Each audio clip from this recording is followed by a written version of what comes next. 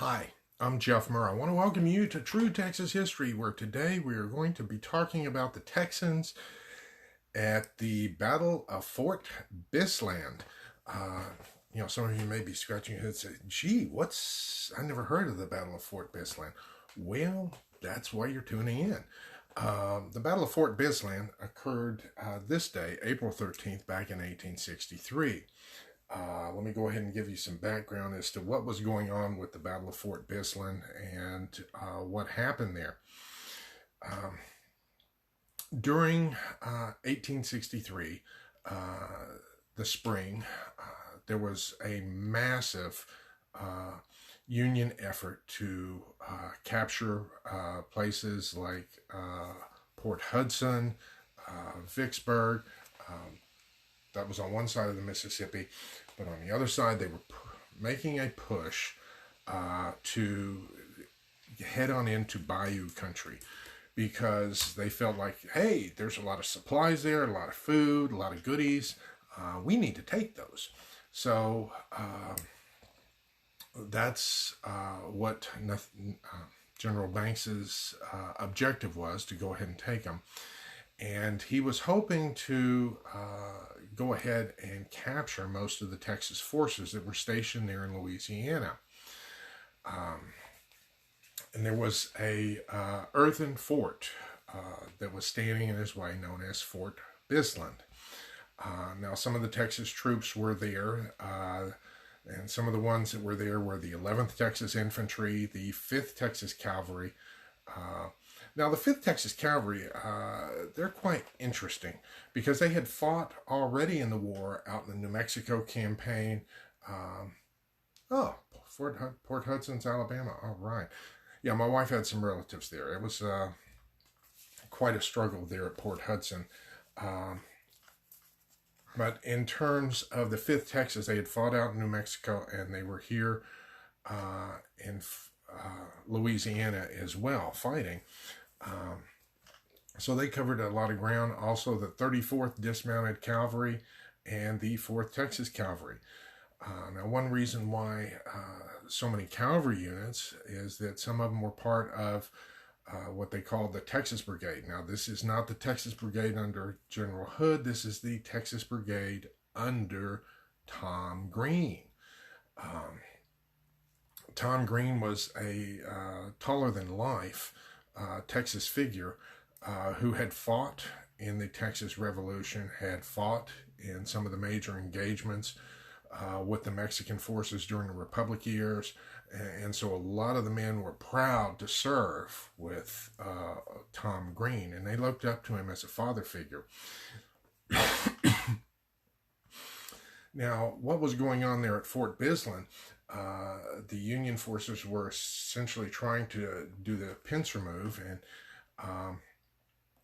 on the first day of fighting, they tried again and again to get into the fort, and were not able to get anywhere. Now, fortunately, Tom Green and some of his cavalry were out, and they discovered what the Yanks were up to. And what they were up to was they were sneaking some men around behind the fort because they were trying to cut off all means of escape, so that they were hoping to capture men in the fort. Now, since General Taylor, who was in charge of all the Confederate forces, learned about the plan from Tom Green, he went ahead and evacuated the forces before they were captured. And so they succeeded in leaving the fort, and actually when the Yankees got there the next day, there was nothing there. But at that time, the Texas forces, they had to be careful with how they were used because they couldn't afford to get everybody captured in one big battle. And so many times General Richard Taylor, and he was the son of former President Zachary Taylor, he was fighting a campaign where they would fight, move back, fight, move back, fight, move back, to try to preserve the troops, because he had to cover all kinds of battles there in Louisiana and up in Arkansas. And so you find units like Walker's Greyhounds having to go back and forth between the states because in fighting a war, the Union forces, they had almost unlimited men. I mean, they had 18,000 men coming down on Fort Bisland, and they could have easily overwhelmed the defenders had they not fought as fiercely as they did. This is one of those battles that also helped prevent Banks from running into Texas as quickly as he wanted to. And this is part of an ongoing struggle. I mean, there were a lot of battles fought on the various plantations and backwaters of Louisiana that unfortunately we don't know much about. What I can tell you is that one of the heroes that came out of all that was Tom Green and his cavalry. They always seemed to kind of come arriving to the rescue just in the nick of time. I may have to do a presentation on Tom Green sometime. But that battle occurred on this day back in 1863. Thought that you would want to know about that. This was also the day, April 13th, back in 1861, that the Battle of Fort Sumter ended. And some people say, well, there were no Texans there. Yes, there were.